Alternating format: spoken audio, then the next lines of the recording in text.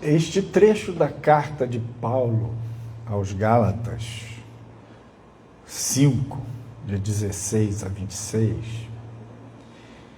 é um trecho importante, precioso, porque a igreja de Gálatas, ela tinha sido ministrada, por Paulo, edificada, e ela estava passando por uma tendência de afastamento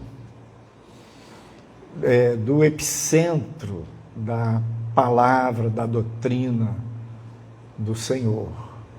Ela estava indo para um caminho que chamava na época judaizante, um caminho em que algumas pessoas vieram trazer a ideia de que eles tinham que, como que se transformar em judeus para serem fiéis, zelosos com Deus.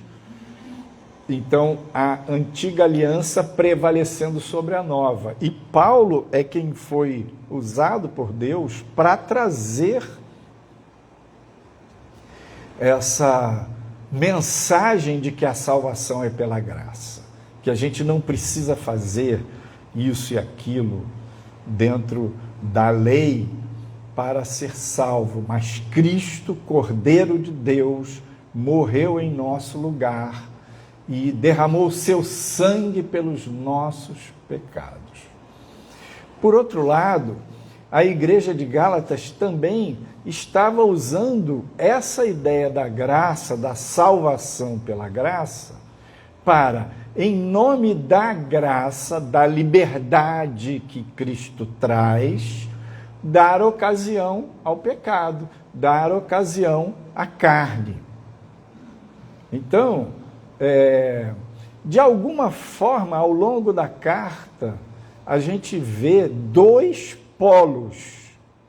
O polo de um legalismo, de um entendimento de que é a lei que salva. Esse polo está errado. O cristão viver uma religiosidade rígida, legalista, pesada. E o outro polo que, em nome da graça, as pessoas viverem uma liberdade dando lugar à carne, dando lugar ao pecado. E aqui neste trecho do capítulo 5, 16, Paulo diz, olha, se vocês vivem em espírito, se vocês forem guiados pelo espírito, vocês não vão cumprir as cobiças da carne. Porque as obras da carne são adultério, prostituição, malícia, inveja, ira, contenda, litígio.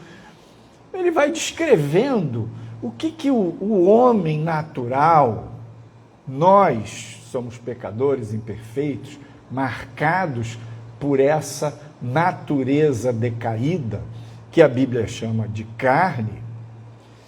Então, quando a gente se solta, pensa assim, eu quero ser espontâneo. Inclusive, essa é uma fala do nosso tempo, que as pessoas têm que ser sinceras e, em nome da sinceridade, em nome da autonomia, da liberdade de serem elas mesmas, mete o pé na jaca do pecado e vai nessa direção. Às vezes a pessoa fala, não, eu tenho que falar tudo o que eu penso. Meu Deus, se você falar tudo o que você pensa, é muita coisa doida que a gente pensa. Não, eu tenho que fazer tudo o que eu quero. Você vai se destruir. Então, este caminho da licenciosidade, este caminho de usar a liberdade em Cristo para dar ocasião, lugar à carne, ele é destrutivo, ele afasta você de Deus. Em nome da sinceridade, a pessoa entra em inveja, contenda, litígio, discussão na igreja. Isso vai parar onde? Por outro lado, para não dar ocasião à carne, a pessoa às vezes entra num tipo de enquadramento religioso e ela entra num padrão legalista, de autocontrole, e começa a sentir um orgulho espiritual daquele modo de vida e começa a olhar e fiscalizar as outras pessoas e querer trazer todo mundo para aquele enquadramento que eu vou chamar de religioso. A religião é muito importante para nós cristãos, a leitura da Bíblia, a participação na igreja, o culto, os ritos, uma doutrina correta, uma sã doutrina, tudo isso faz parte do arcabouço religioso. Tudo isso é muito importante na vida cristã. Por quê? Existem heresias, existem enganos, existem mentiras, existem formas inadequadas de se buscar a Deus. Então, essa parte da religiosidade, ela tem um valor na vida cristã. Você conhecer a Bíblia, você estudar a Bíblia, é fundamental para você não ser enganado pelo inimigo, pelo mundo. Então, isso tudo faz parte da religião. Nós somos cristãos evangélicos, pentecostais. Agora, na vida cristã, pensa que é como se a gente tivesse que ter dois parâmetros. Um é da religião e o outro é da espiritualidade. A religiosidade e a espiritualidade. O que é problema na vida cristã é quando a religiosidade sufoca a espiritualidade. Então a pessoa não tem conexão com Deus, não busca, não se importa, não tem alegria, não tem ação do Espírito Santo na vida dela, e ela se apega a normas, regras, valores morais, doutrina, a uma teologia, a ritos, e ela trabalha e serve na igreja dentro daqueles padrões puramente religiosos. Os padrões puramente religiosos são ruins? Não. Muitos padrões puramente religiosos são bons, são corretos. O que é problema é quando a minha religiosidade domina e sufoca a espiritualidade. E aí você tem um lado, né, da pessoa que vive a experiência, que quer ser espontânea, que quer se soltar, que quer se libertar e dá ocasião à carne, cai num abismo aí da extrema, vamos dizer, esquerda, e tem o lado da polarização na direita, que em nome da religião a pessoa cai numa religiosidade que sufoca a espiritualidade e tudo é do controle de si mesmo, tudo é simplesmente uma disciplina, uma autodisciplina que a pessoa impõe a si mesmo. E muitas vezes um jugo religioso pesado. E tudo em nome de Deus, tudo pensando e crendo que esta é a vontade de Deus, aquele modo de viver. A pessoa cai no abismo dos erros. Os fariseus viviam dentro desse poço aí de uma religiosidade excessiva. A doutrina dos fariseus era melhor do que a doutrina dos saduceus. A teologia dos saduceus era mais complicada do que a dos fariseus. E os fariseus eram um grupo maior. Mas tanto os saduceus quanto os fariseus estavam apegados a uma religiosidade extrema. Não tinha lugar para espontaneidade, para relacionamento pessoal com Deus. Era tudo uma coisa de controle, de autodisciplina. Nós, irmãos, não fomos chamados para sermos discípulos de João Batista. João Batista era um profeta de Deus. Ele não era como os fariseus e saduceus, mas ele era um profeta que expressava o zelo e a fidelidade da velha aliança. Ele era o último profeta no modelo do Antigo Testamento. Era um homem que foi criado fora da cidade, vivia nos desertos, jejum, oração, tinha uma dieta alimentar totalmente diferente, agreste mesmo, comia mel silvestre, gafanhoto, negócio, e vestia com uma roupa bem rústica. Então, João Batista, conforme as profecias, ele era o Elias, o predecessor do Messias. Ele preparou os caminhos do Senhor, preparou a terra, o coração do povo para a vinda de Jesus Cristo. Mas as pessoas comparavam, nos dias de Jesus, Jesus e João. Os discípulos de João, João começou o ministério dele primeiro, inclusive Jesus foi batizado pelo próprio João Batista, e os discípulos de João, eles tinham um grande número, parte desses discípulos passaram a seguir a Jesus, e começaram uma disputa ali. Por exemplo, André, irmão de Pedro, era discípulo de João. E vários dos discípulos de João foram seguindo a Jesus e houve uma disputa, uma reclamação ali. E João falou, não, convém que ele cresça e eu diminua. Está seguindo, ele é o homem, ele é o chamado, ele é o ungido de Deus. Mas os fariseus, os judeus olhavam para João e diziam, esse aí é o cara zeloso, esse é o religioso, esse aí é para valer. E olhavam para Jesus, Jesus era uma pessoa mais solta, mais espontânea. E diziam, esse aí é beberrão e glutão.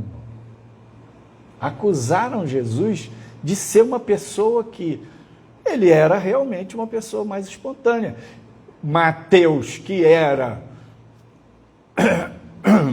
um publicano, na época a função dos publicanos era tipo cobrador de impostos, e cobrava imposto, o publicano era um funcionário público que cobrava imposto para o Império Romano. Então ele era um cara que tinha poder, tinha autoridade. Muitas vezes essas pessoas da área da fiscalização caem em coisa de corrupção, né? Então era um cara que tinha o poder, mas era odiado pelos judeus, não era uma profissão assim bem vista. E eram considerados, os fariseus consideravam os publicanos pecadores. E aí, por exemplo, Jesus chamou ele para segui-lo, Mateus foi, e Mateus deu um jantar na casa dele, convidou os seus amigos publicanos e convidou outras pessoas, e os fariseus ficaram criticando Jesus porque comia junto com publicanos e pecadores. Então Jesus era mais solto, mais espontâneo, com curava no sábado e os fariseus perseguiram ele. Então, a gente via em Jesus uma correta relação entre religiosidade e espiritualidade.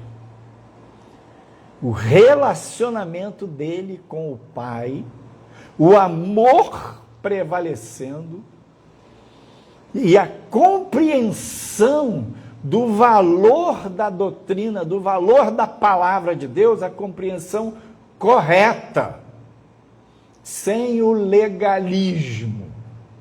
Então, Paulo, ele está trabalhando aqui esses dois polos na carta aos Gálatas. Por isso ele diz assim, porque as obras da carne, aí ele fala das obras da carne, que é o cara meteu o pé na jaca, deixou solto. Então, a pessoa vai seguir esse caminho que é errado para o cristão, da licenciosidade. O que é licenciosidade? A pessoa está liberada para, em nome da sua liberdade, fazer o que ela quer, fazer o que ela pensa, fazer o que ela deseja. E a nossa natureza humana, ela é imperfeita. Se a gente soltar, vai dar ruim. Se você se deixar levar pelos seus desejos e impulsos, o diabo vai te enganar e você vai se afastar de Deus.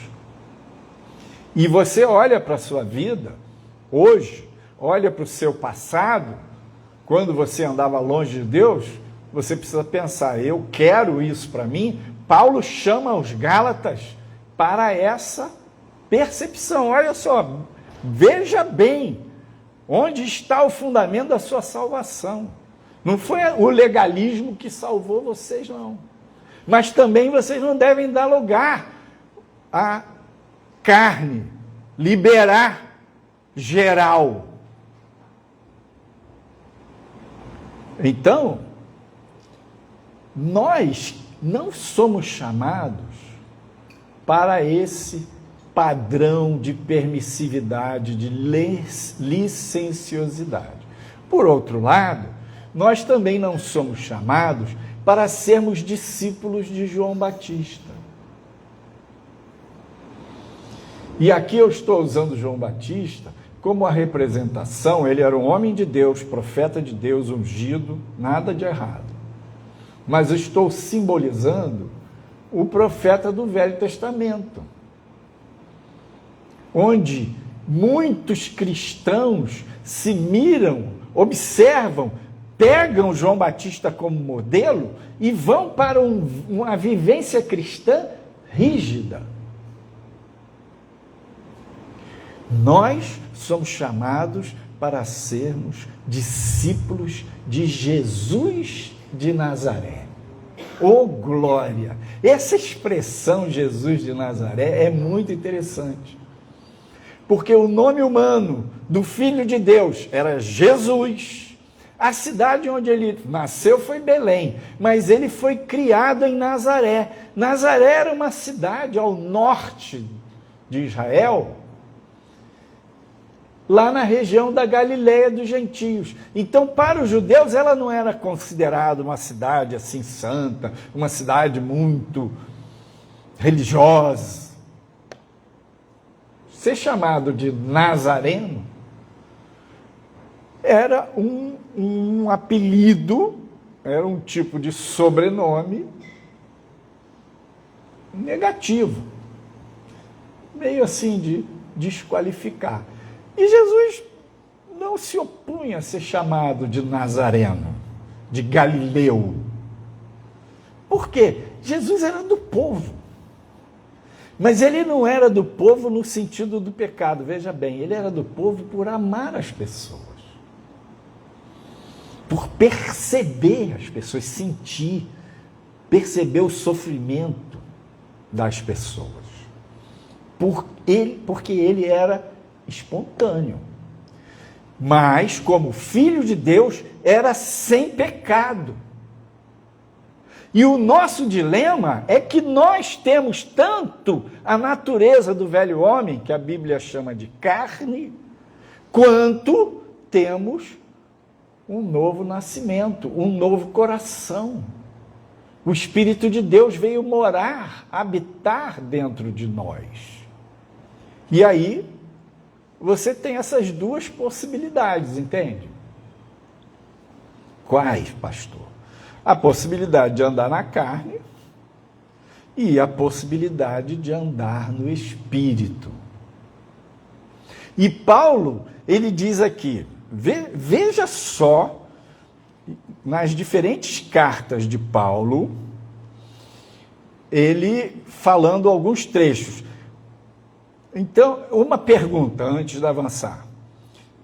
Como a gente se despe do velho homem e como a gente se reveste do novo homem? O título da minha pregação é esse: revestir-se do novo homem.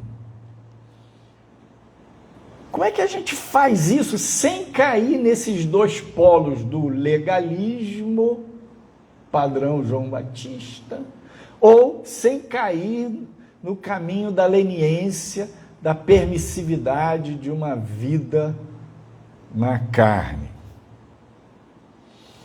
Então, eu pensei, tem três caminhos: o caminho legalista, o caminho permissivo, descansado, e o caminho comprometido com Jesus.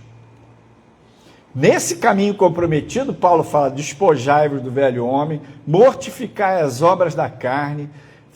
Jesus fala para a gente negar a nós mesmos. E é um caminho que a porta é estreita e o caminho é apertado. Eu vou ler alguns versículos aqui. Mortificai, pois, os vossos membros que estão sobre a terra, fornicação, impureza, etc., a idolatria, Colossenses 3:5. Mas agora despojai-vos também de tudo, da ira, da cólera, malícia, maledicência, Colossenses 3:8. Quanto à antiga maneira de viver, vocês foram ensinados a despir-se do velho homem, que se corrompe pelos desejos enganosos, Efésios 4:22.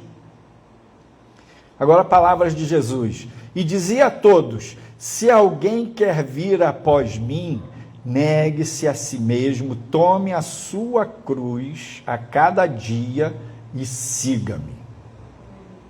Então, o nosso caminho comprometido, que nem é da licenciosidade nem do legalismo, é esse caminho, cada dia tomar a nossa cruz e seguir Jesus. É o caminho de discípulo de Jesus. Discípulo é aquele que aprende. É o caminho da gente aprender com Jesus. Então, negar-se a si mesmo é uma escolha. Seguir a Cristo é uma decisão. Ser discípulo dele é uma escolha e decisão nossa. E para isso a gente não pode dar lugar à carne. Não devemos usar nossa liberdade em Cristo para nos permitir ao pecado. Então pensa assim: o caminho do cristão é estreito? É apertado? A porta é estreita? E, de certa forma, o que aconteceu com Jesus na morte e ressurreição é o que deve acontecer conosco. Para a gente alcançar essa espiritualidade espontânea, leve, essa espiritualidade com um bom fundamento de religião, de doutrina, sem cair no legalismo, sem ir para a licenciosidade. Então, se você não tomar a sua cruz, não negar a si mesmo, você não sai do lugar. Como assim, pastor? Não existe encontro com Deus sem santificação. Não existe crescimento espiritual sem o princípio da morte e ressurreição, sem o negar-se a si mesmo. Porém, quando a gente começa a fazer, negar, não vou dar carne a ira, contenda, inveja, adultério, soberba, maldade, não vou dar lugar a essas coisas.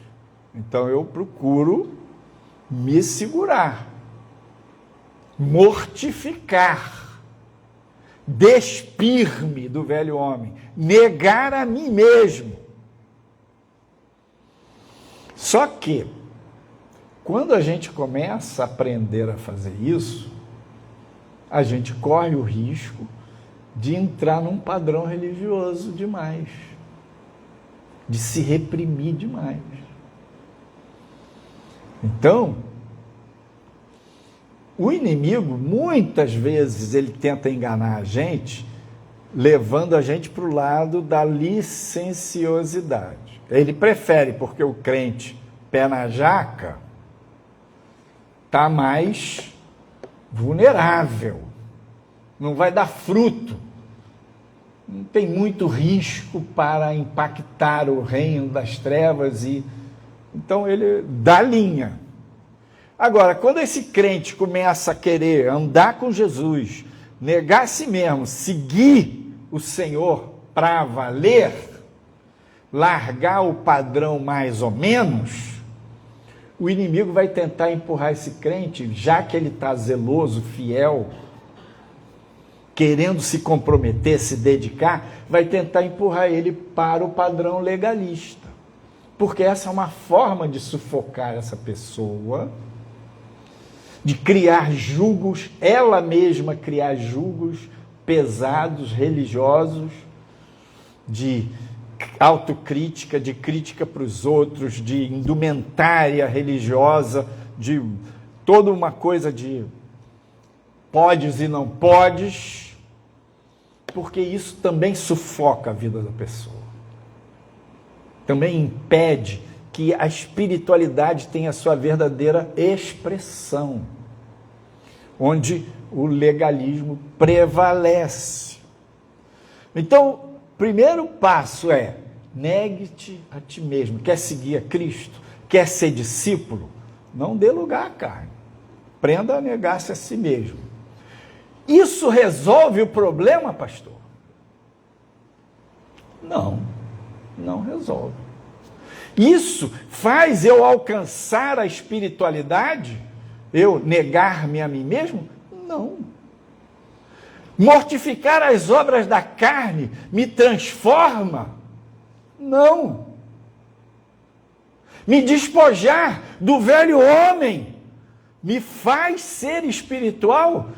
Claro que não. Ah, pastor, eu não entendi.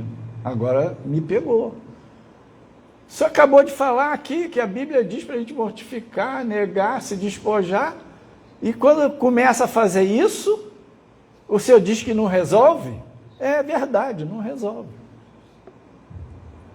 Então, como é que é a saída?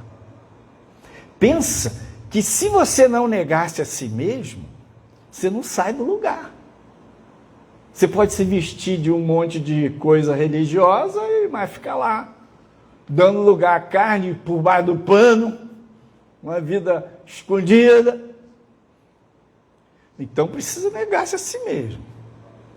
E esse negar-se a si mesmo vai levar você a uma crise. Esse negar-se a si mesmo é por amor a Jesus. É para ser discípulo de Jesus. É na busca que você tem do seu Senhor e do seu Mestre. É no relacionamento com o Espírito Santo. É porque você creu em Jesus e o recebeu como seu Senhor e Salvador, e o Espírito de Deus veio morar dentro de você. Você tem fome, você tem sede de Deus. Você quer se encontrar com Ele. Você quer mais de Deus. Você não quer padrão religioso excessivo nem viver numa vida conivente com o pecado. Então, quando você começa a se despojar, a mortificar a carne, você vai buscando a Jesus e você vai viver esse princípio da morte e ressurreição. A espada do Espírito, a palavra de Deus, a ação do Espírito de Deus na sua mente e no seu coração vai dividir carne, juntas, medulas, alma e espírito. Deus vai começar a iluminar você. É quando você encontra com a verdade. Não é uma verdade humana, mental, religiosa, intelectual. É a verdade de Deus que brilha para você. Ele revela para você quem você é em si mesmo. Na sua carne não habita bem algum. E você se arrepende.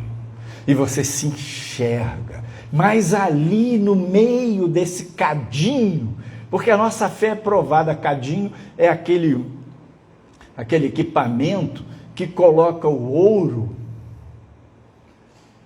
e aquece o ouro a 1.200 graus e ele derrete. O cadinho é aquele equipamento que purifica, aquele forno que purifica o ouro. Então, ali na hora que você está lutando contra o pecado, lutando contra seus pensamentos, suas raivas, seus ódios, suas amarguras, suas inclinações destrutivas, mas está buscando o seu Senhor, a espada do Senhor, a palavra de Deus, a luz de Deus vem para você e você se arrepende e você se quebranta e você se dobra, se humilha diante de Deus e o Senhor ouve a sua oração e o Espírito Santo revela para você não só quem você é em si mesmo, na sua carne que não habita bem algum, ele revela para você quem você é em Cristo, filho de Deus, filha de Deus, herdeira da vida eterna. Você é nova criatura. Você tem um novo coração. A natureza de Deus foi implantada em você. E esta nova natureza tem um valor eterno, dignidade. E o Senhor vai te fortalecendo. É interessante, porque Ele vai fortalecer o seu senso de valor próprio, de amor próprio, de dignidade, sem você ficar soberbo, salto alto. O Senhor vai trazendo para você um senso de humildade, que é parecido com o de Jesus. Porque Ele, embora filho de Deus, embora Deus por natureza, homem santo, justo, Ele era manso e humilde de coração. Deus vai fazendo você assim, uma pessoa firme, coerente, livre do pecado, da licenciosidade, mas também livre do legalismo. É isso que o Senhor quer para você. É isso que o Senhor quer para nós. Esta é a nossa herança. Somos herdeiros. E este é o alvo de Deus para nós, que a gente entre em Canaã. Imagina que Canaã é a maturidade. Canaã é a espiritualidade. Canaã é você estar de bem com Deus, de bem consigo mesmo e de bem com seu próximo. E não rezando na cartilha da indiferença, dane-se o outro, dane-se o mundo, não. Eu me importo com o mundo, eu me importo com as pessoas, mas eu sei que eu não sou Cristo. Eu amo o meu próximo, mas eu sei que tem um Salvador que me salva e salva ele, e salva ela. Então, O que o Senhor tem para nós, queridos, é a plena herança em Cristo Jesus. Jesus disse: aqueles que creem em mim, rios de água viva fluirão do seu interior. Eu vim para que vocês tenham vida, e vida em abundância. Então, quando Paulo fala em Gálatas, mortificar, ou as obras da carne, aqui em Gálatas tem um contraste assim, que são as obras da carne versus o fruto do Espírito. Veja bem, mortificar as obras da carne você pode, porque obras são coisas que você faz ou deixa de fazer. Fruto do Espírito é algo que você não pode produzir. Como assim, pastor? Porque o fruto é algo que é o Espírito de Deus que gera dentro de você e através de você. A benignidade, a mansidão, o amor, a alegria, isso é fruto do Espírito. É a vida, você não pode gerar. Então, negar as obras da carne, negar a nós mesmos, essa é a nossa parte.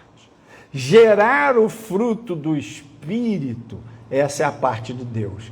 O milagre pertence a Ele, entende? Então, o discípulo vai aprender, passar por essa porta estreita e vai aprender a andar nesse caminho apertado, sem cair no extremo da esquerda da liberdade da carne, nem o extremo da direita do legalismo religioso. Digo para vocês, em Cristo somos abençoados, em Cristo somos felizes, em Cristo somos herdeiros da vida eterna. Nele a gente pode confiar, nele temos força para avançar, e andando nele seremos abençoados pelo Pai. Que Deus abençoe. A paz do Senhor.